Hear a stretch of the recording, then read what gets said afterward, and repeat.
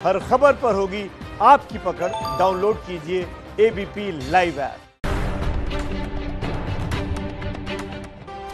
तो भारत की बात में बात यही कि एक घमासान दिल्ली में मचा हुआ है तो दूसरा घमासान है दिल्ली से कोसों दूर हैदराबाद में, जिस पर ध्यान कम लोगों का ही गया है। दरअसल बीजेपी अपने दायरे के विस्तार के लिए अब हैदराबाद में हुंकार भरने लगी है। असदुद्दीन ओवैसी के गढ़ माने जाने वाले हैदराबाद में नगर निगम के छोटे चुनाव को आज बीजेपी अध्यक्ष जेपी नड्डा ने पहुंचकर बहुत बड़ा बना दिया है। कल यूपी के सीएम योगी आदित्यनाथ भी हैदराबाद जाएंगे और परसों गृह मंत्री अमित शाह भी। बीजेपी का मिशन बिल्कुल साफ है, अब की बात 4 मिनट।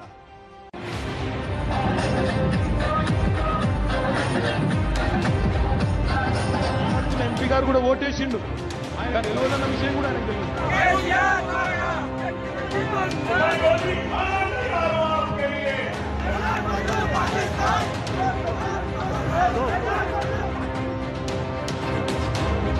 ताकत मतों की युति से नहीं होती, ताकत पार्टी के सिद्धांतों में होती है, ताकत पार्टी के संगठन में होती है। गुलाम मोदी को बुलाकर मुकाबला कराओ। हम हैदराबाद का चेहरा बदल जाएंगे और ऊंचाई तक हैदराबाद को ले जाएंगे, यही हमारा संकल्प। कई हिस्सों में पार्टी को मजबूत करना अभी बाकी है, पार्टी को पहुंचाना अभी बाकी है। अग्रगण्य नेता है, इनको ये समस्याएं हल करनी चाहिए। वो हल करने के बजाय ये हैदराबाद आते हैं, हिंदू मुस्लिम की बात करते हैं, पता नहीं क्या क्या बातें करते हैं। भारतीय जनता पार्टी एक नहीं होगी, 2 कुर्सी होगी। अगर केसीआर एक कुर्सी पर बैठेगा तो दूसरी कुर्सी पर आपकी तरफ से असदुद्दीन ओवैसी बैठेगा और आंख में आंख डालकर मजलूम आवाम के मसाइल की बात करेगा। What does Owaisi mean? Who is Owaisi? Owaisi is Muhammad Ali Jinnah's new avatar. We must defeat him. विजय से हमारा अभियान समाप्त नहीं होता, विजय से हमारे अभियान की शुरुआत होती। और जीत का जो मंत्र बतौर अध्यक्ष अमित शाह ने सोचा था, विजय के जिस तंत्र का ख्वाब बतौर अध्यक्ष 2014 में अमित शाह ने देखा था, उस ख्वाब को मुकम्मल करने के खातिर 2020 में बतौर अध्यक्ष जेपी नड्डा भी निकल पड़े हैं। भारत माता की, भारत माता की। और उसी जीत के मंत्र के खातिर यह हैदराबाद की गद्दी के लिए लड़ी जा रही लड़ाई है। JP Nadda, JP Nadda, JP Nadda, जिंदाबाद, जिंदाबाद। ये ओवैसी के गढ़ में बीजेपी की पुरजोर चढ़ाई है। ये जीत के लिए बीजेपी अध्यक्ष की हुंकार है।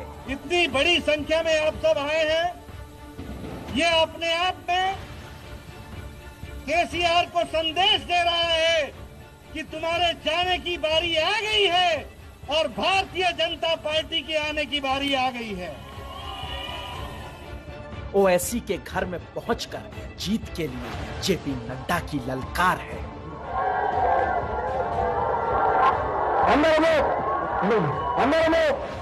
और यकीन मानिए, भारतीय राजनीति की ये वो तस्वीर है जो दक्षिण के द्वार में न सिर्फ बीजेपी के बढ़ते कदमों की मानगी है, बल्कि बदल चुके हिंदुस्तान की नई सियासत का समूचा ताना बाना है। क्योंकि बीजेपी अब उस चुनाव को जीतने के लिए पूरे दल बल के साथ उतर चुकी है, जिसे छोटा मानकर तमाम बड़े बड़े दल दरकिनार कर देते हैं।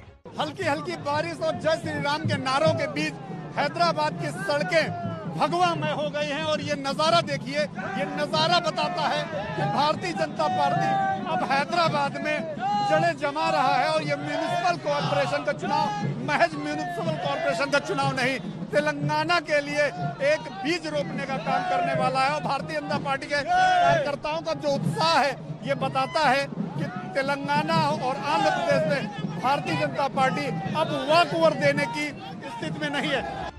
और ऐसे में विरोधी कहने को कह सकते हैं कि हैदराबाद के छोटे से चुनाव में बीजेपी ने अपने बड़े बड़े नेताओं को झोंक दिया, तो जान लीजिए यही बीजेपी की हर जगह होती जीत की वाजिब वजह है। क्योंकि होने को तो हैदराबाद में महज नगर निगम का छोटा सा चुनाव हो रहा है, लेकिन बीजेपी ने अपनी दूरदृष्टि भरी निगाहों से विधानसभा चुनावों की जमीन तैयार करने के लिए अपने बड़े बड़े नेताओं को मैदान में उतार दिया है, जिसकी अगुवाई खुद बीजेपी अध्यक्ष जेपी नड्डा कर रहे हैं। किसी ने प्रश्न उठाया कि भारतीय जनता पार्टी का नेता, राष्ट्रीय अध्यक्ष कॉरपोरेशन के चुनाव में आ रहा है।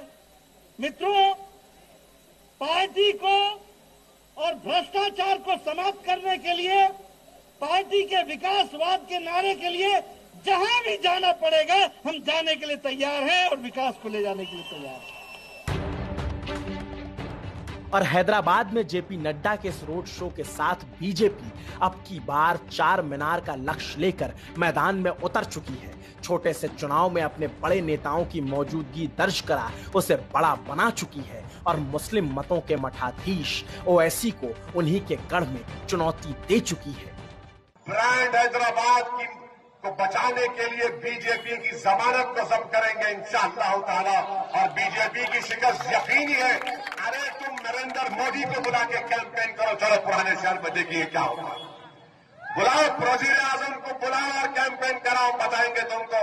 ये क्यों बुला रहे लोगों को, बुलाओ, तुम्हारा असल जो चेहरा है, बुलाओ मोदी को, बुलाकर मुकाबला कराओ, लगाओ मोदी की मीटिंग, देख लो कितनी सीट तुम जीतते यहां पर। एमआईएम प्रमुख असदुद्दीन ओवैसी की झुंझलाहट साफ है और वजह भी साफ, क्योंकि पहली बार बीजेपी उन्हें खुली चुनौती देने उन्हीं के गढ़ में उतर आई है। 1 दिसंबर को ग्रेटर हैदराबाद में नगर निगम का चुनाव होना है। 150 सीटों वाले नगर निगम पर अभी 99 सीटों के साथ टीएमसी का कब्जा है।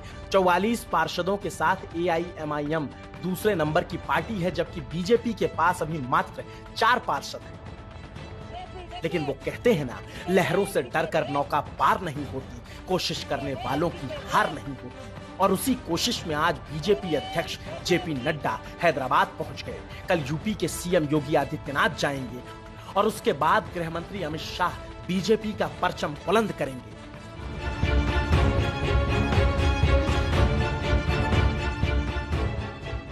और यकीन मानिए, ये छोटे चुनाव को बड़ा कर लड़ने का आइडिया भी पूर्व अध्यक्ष के तौर पर अमित शाह का ही है, क्योंकि बाकी दलों को आश्चर्य भले हो, लेकिन अमित शाह ने 9 अगस्त 2014 को अध्यक्ष बनते ही ऐलान कर दिया था कि कोई चुनाव छोटा बड़ा नहीं होता, बीजेपी हर चुनाव को मजबूती से लड़ेगी।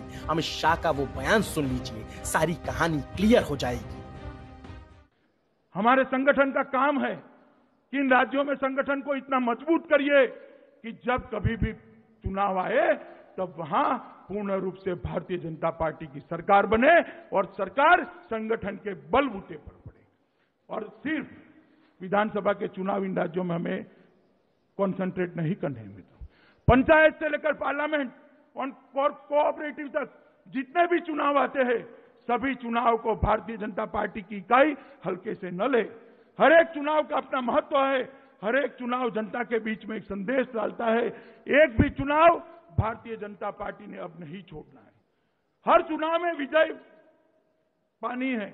विजय की आदत भारतीय जनता पार्टी का कार्यकर्ता डाल दे, क्योंकि आने वाले दिनों में भारतीय जनता पार्टी के लिए विजय ही विजय है। और हर चुनाव में जीत ही जीत का यही वो मंत्र है जो अब हैदराबाद की हांडी में पकने को बेकरार है। 2014 में जीत के मंत्र के साथ निकली बीजेपी 2020 में अब की बार 4 मीनार पर अपना झंडा बुलंद करने निकल पड़ी है। भविष्य में होने वाले विधानसभा चुनावों की जमीन तलाश रही है और उस कोशिश में सीधे सीधे असदुद्दीन ओवैसी से उनके गढ़ में जाकर टकरा रही है। हम इस बात का यहाँ पर विश्वास व्यक्त कर रहे हैं कि हैदराबाद की जनता इस चुनाव में अपना आशीर्वाद भाजपा को देगी। What does OIC mean? Who is OIC? OIC is Muhammad Ali Jinnah's new avatar. और यही नए हिंदुस्तान की सत्ताधारी पार्टी बीजेपी का नया वर्किंग स्टाइल है, क्योंकि इलाका चाहे जो भी हो, अपना दुश्मन बीजेपी खुद चुनती है। और इस बार बीजेपी ने सीधे तौर पर ओवैसी को अपना सियासी दुश्मन घोषित कर दिया है, क्योंकि हैदराबाद के नगर निगम चुनाव में भले सीएम केसीआर की टीआरएस सबसे बड़ी पार्टी हो, लेकिन बीजेपी के सीधे हमले ओवैसी पर हो रहे हैं और ओवैसी को भी मजबूरन बीजेपी पर हमला बोलना पड़ रहा है। और ऐसे में जाहिर है हैदराबाद के निकाय चुनाव में ध्रुवीकरण को धार मिलने की पूरी गुंजाइश है, क्योंकि अगर मुस्लिम वोट एक तरफ लामबंद होंगे तो हिंदू वोटों के लामबंद होने की संभावनाओं से भी इनकार नहीं किया जा सकता। और ऐसे में सबसे ज्यादा नुकसान किसी को होगा तो सत्ताधारी सीएम केसीआर की पार्टी को होगा, और शायद इसीलिए उनकी बेटी कविता की सियासी नींद उड़ी हुई है। आज किसान दिल्ली के बाहर खड़ा हुआ है, उनको दिल्ली के अंदर भी आने नहीं दे रहे। किसान का आंदोलन एक तरफ चल रहा है और सारे पब्लिक सेक्टर यूनिट के जितने भी लेबर्स है, वर्कर्स है, तकरीबन 30 करोड़ की आबादी इस कंट्री में आज एजिटेशन पे है। और ये जो अग्रगण्य नेता है, इनको ये समस्याएं हल करनी चाहिए। वो हल करने के बजाय ये हैदराबाद आते हैं, हिंदू मुस्लिम की बात करते हैं, पता नहीं क्या क्या बातें करते हैं। जो समस्याएं उनके सामने हैं, जिन समस्याओं को सॉल्व करने के लिए लोगों ने उनको चुना है, उन समस्याओं को छोड़ के दिल्ली में ये तेलंगाना में आके बैठ गए एक म्युनिसिपल इलेक्शन के लिए। तो आप देखिए बीजेपी का प्रायोरिटी क्या है। क्योंकि टीआरएस को भी लगने लगा है कि अगर बीजेपी हैदराबाद के निकाय चुनाव में मजबूत हुई तो आने वाले विधानसभा चुनाव में टीआरएस के लिए एक बड़ी चुनौती बनकर उभरेगी, क्योंकि कांग्रेस यहां खत्म हो चुकी है। कांग्रेस का संगठन कमजोर है और बीजेपी के कार्यकर्ता लगातार जमीन पे जाकर मेहनत कर रहे हैं। उसे देखकर हर किसी को पता है कि बीजेपी की इस फौज के आगे कोई भी किला महफूज नहीं है। ये भी जो है अभी तक साउथ इंडिया में एंट्री नहीं कर पाई एक्सेप्ट फॉर कर्नाटक, तो अभी वो कोशिश कर रही है तमिलनाडु में भी एंटर करने के लिए और हैदराबाद में भी। तो सोचते हैं हैदराबाद अगर जीत जाए तो उसके बाद तेलंगाना में एंटर कर जाएंगे और मे बी आंध्रा के लिए अभी और कोई स्ट्रैटेजी होगा और तमिलनाडु में एंटर करेंगे। सो बीजेपी के अगेंस्ट जो आरोप लगते हैं कि वो एक नॉर्थ इंडियन पार्टी है जिसका कोई अस्तित्व नहीं है साउथ इंडिया में, उसको वो चेंज करना चाहिए। दक्षिण भारत में अभी बीजेपी भले ही अपने दम पर ठीक से खड़ी नहीं हो पाई हो, लेकिन हम सब इस बात के गवाह हैं कि जिन राज्यों में कभी बीजेपी अछूत मानी जाती थी, आज उन राज्यों में भी बीजेपी ने मेहनत मात्र से सरकारें बना ली है। और जो लोग पूछ रहे हैं कि हैदराबाद में बीजेपी का बड़ा जनाधार नहीं है तो वहां बीजेपी के बड़े नेता क्यों जुटे हैं, तो इस सवाल का जवाब उन्हें त्रिपुरा और असम के चुनाव से लेना चाहिए। क्योंकि याद कीजिए, त्रिपुरा में 2013 में बीजेपी को मात्र 1.87% वोट मिले थे, सीटें एक भी नहीं। जमानत 49 सीटों पर जब्त हुई थी, 100 अलग। जबकि अगले 2018 के त्रिपुरा चुनाव में उसी बीजेपी को 43.59% वोट मिले और 35 सीटें जीतकर पूर्ण बहुमत की सरकार बीजेपी ने बना ली, लेफ्ट के लाल दुर्ग को ढहा दिया। और ऐसा ही कुछ नजारा असम में भी दिखा। 2011 के असम चुनाव में बीजेपी को 11.47% वोट मिले थे और सीटें मात्र 5 हिस्से में आई थी। जबकि 2016 के अगले असम चुनाव में बीजेपी को 29.51% वोट मिले और 60 सीटें जीतकर बीजेपी ने मजबूत सरकार बना ली। और ये सब सिर्फ इसलिए संभव हो पाया क्योंकि बीजेपी अपने संगठन के दम पर उन सभी जमीनों पर जद्दोजहद करती है जहां जरा सी भी गुंजाइश हो। जीत हार के लिए ईवीएम का दुखड़ा नहीं रोती है। संगठन की शक्ति के द्वारा राजनीतिक परिवर्तन कैसे लाया जा सकता है, ये अमित भाई के नेतृत्व में उनकी पूरी टीम ने, त्रिपुरा, मेघालय, नागालैंड की टीम ने सीमित संसाधनों के बीच भी ये करके दिखाया है। एक भ्रम फैला है कि बहुत बड़ा नाम हो, टीवी पे चमकता हो, चेहरा शानदार हो, भाषण बड़े बढ़िया हो, तभी राजनीतिक नेतृत्व होता है। इन तीनों राज्यों के किसी नेता को अभी भी मीडिया को पता नहीं है सच्चा नेता कौन है। नेताओं की फिक्र किए बिना बीजेपी कार्यकर्ताओं के दम पर चुनाव लड़ने को अपनी जीत का फॉर्मूला बना चुकी है और उसी फॉर्मूले के दम पर जम्मू कश्मीर के म्युनिसिपल चुनाव हो या फिर बंगाल का विधानसभा चुनाव या फिर हैदराबाद के निकाय चुनाव ही क्यों ना हो, हर जगह बीजेपी पूरी हिम्मत से मैदान में है। ये हैदराबाद में भारतीय जनता पार्टी शायद इससे पहले ऐसा माहौल कभी नहीं देखा होगा, क्योंकि ये म्युनिसिपल कॉर्पोरेशन का चुनाव है और शायद भारतीय इतिहास में ये पहली बार होगा कि म्युनिसिपल कॉर्पोरेशन के चुनाव में भारतीय जनता पार्टी ने बड़ी ताकत झोंकी है और भाजपा के राष्ट्रीय अध्यक्ष जेपी नड्डा खुद यहाँ पे रोड शो करने पहुंचे। और जिस तरह का जन समर्थन बीजेपी को असदुद्दीन ओवैसी के गढ़ हैदराबाद में मिल रहा है, उसे देखकर आने वाले चुनाव नतीजों में कोई चमत्कार हो जाए तो आश्चर्य मत कीजिएगा।